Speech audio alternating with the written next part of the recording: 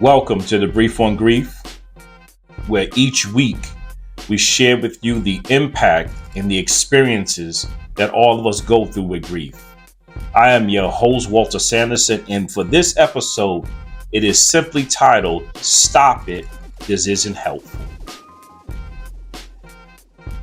And if you haven't had a chance to check out the episode from last week, please do so on the podcast, on Spotify and iHeart, and you can see the full episode 15 on my YouTube channel.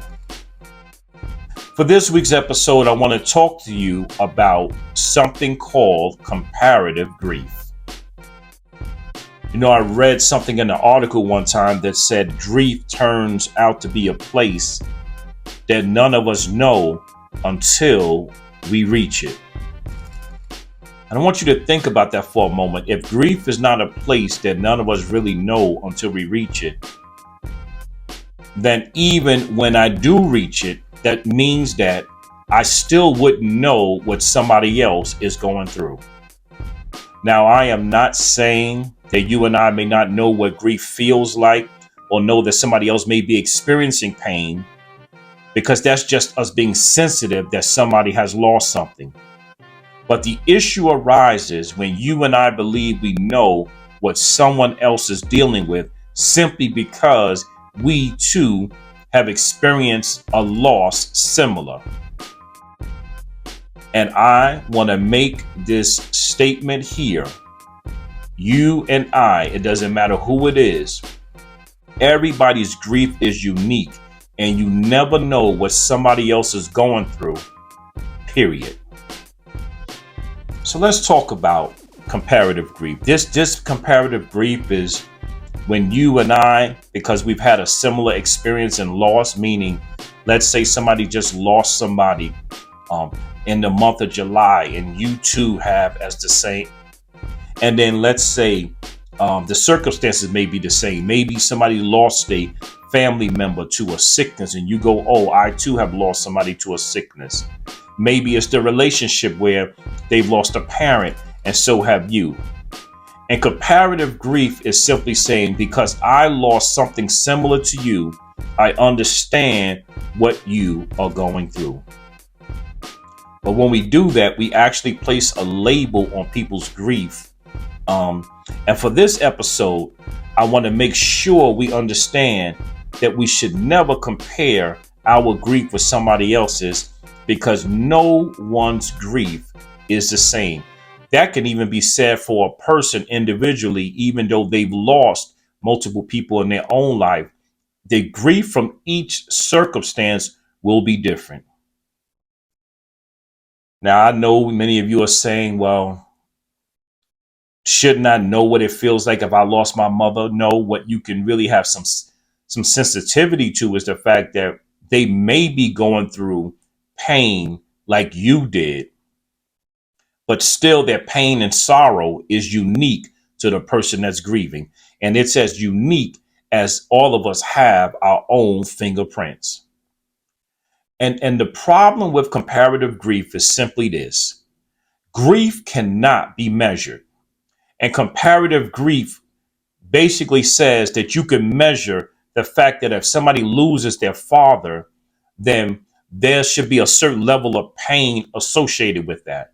If they lose their mother, there should be a different pain and so forth, because comparative grief puts people's grief into classifications.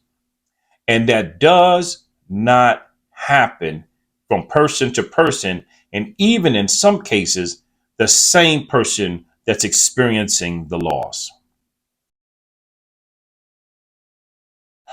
The greatest impact that you will ever feel in your life at times is grief.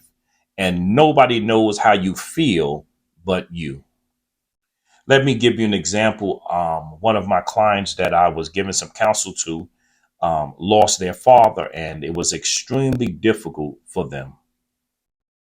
And then somebody else felt like, well, because I lost my mother, then my grief is exacerbated, if you will, or a little more difficult to deal with because that was just their father. But then I've also spoken to people sometime who've lost both parents, and somebody may say, when I lost my mother, it was easier for me to cope with. And this is why you can't measure grief, because the average person would say, well, I believe if you lose your mother, then you should grieve more.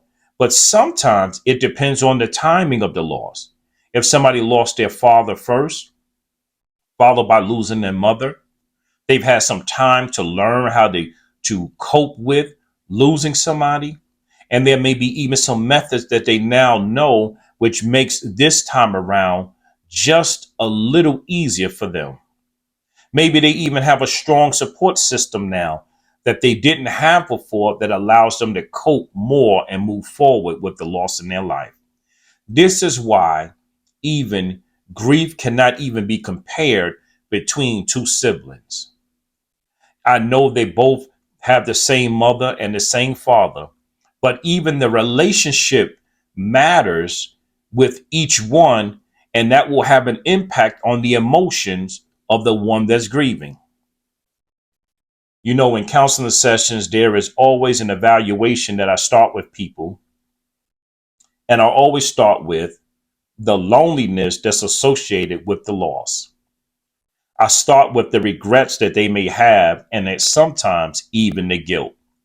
So, right in these same situations, these same siblings, their grief can be so different. And on this episode, I just want you to know that it is never wise to compare your grief to somebody else's. And if you are, or you have been doing it, stop it, because it doesn't help them. You know, reading a lot of literature, even the law of respect informs us to not be concerned with others. And it's not if they are grieving how you think they should grieve, but that the fact is that they have their own choice to grieve in their own way. And I've learned that we need to also stop trying to understand other people's grief, because many times we don't even understand our own grief. Grief isn't a math problem. I know you may like it to be, but grief is not always 1 + 1 = 2 and 2 × 2 = 4. Grief cannot be measured. It's not a math problem. You don't solve it. Remember this, that grief turns out to be a place that none of us know until we reach it. So comparing grief isn't suggested, because it comes off at times where we seem, and even when we aren't careful, we will minimize other people's grief because you believe your grief may be worse than theirs, or not as strong as you believe it should be. And every person gets to experience, regardless of what they've lost, regardless of who they've lost, everybody gets to experience their grief at 100%. So, no comparing. And if you don't know it by now, there is no comparing your grief to anybody else. The only thing that is helpful when people have lost somebody in this grieving, don't compare your grief, but you should have compassion. When facing grief, especially the loss of a person, it's impacted by a few things. Number one is impacted by the individual relationship that you and I had with that person that's gone. It's impacted by the strength and the time of the relationship when that loss transpired. So sometimes it depends on when you lost a person. Obviously, many of us will think, well, it's easier to lose. Sometimes it's harder when people lose a parent later on in life. And that's why you can't compare it to somebody who lost their mom and their dad when, let's say, they were yet a teenager. And number three, it's impacted by how emotionally complete I am with the loss. Sometimes you're able to cope better with the loss of your mother because you knew the diagnosis she had. You knew the doctor only gave her a certain length of time. And in that time, you was able to spend each and every moment you possibly could. But you both knew the time was coming. So let's say she had 6 months. In that 6 months, you were prepared to deal with it. But then you may have lost your dad to a tragic situation. You get a call after you told him you love him on a Thursday, and Fridays he's gone. This is why you cannot compare grief. And I must let you know that the individual relationship always matters. You can have two siblings who lost their mother, and one is unique because one person, their mother was their best friend. And in the other case, the person may have said, well, I speak to mommy 2 times a week. Well, when they both lose their mother, one person have lost their mother and they've lost their friend. Then you look at situations where siblings are grieving differently because let's say one of them was the primary caregiver, and let's say the others couldn't deal with the stress and the burden and kind of stayed away from that. And so when you're sitting at a funeral service, one person may be crying and grieving, and the person that was the caregiver, they may have a smile on their face because they were emotionally complete when their mom left, while the other person may have some guilt because they were absent. And so I just stopped by on this episode on the Brief on Grief to let you know it is never wise to compare your grief to someone else's. And I'm going to make this statement. I don't even really care who you've lost. I'm sensitive to your pain and sorry for your loss. But just because you lost somebody, just because you lost something, doesn't mean you know how they feel or I feel. Well, that's it for this episode on the Brief on Grief, talking about comparative grief. And we will pick back up on our next episode for part 2 to continue the discussion of comparative grief. And as always, if you know somebody that this episode may help, please share and ask them to subscribe to the podcast and the YouTube channel. And as always, we always know somebody that is grieving, and that somebody might be you.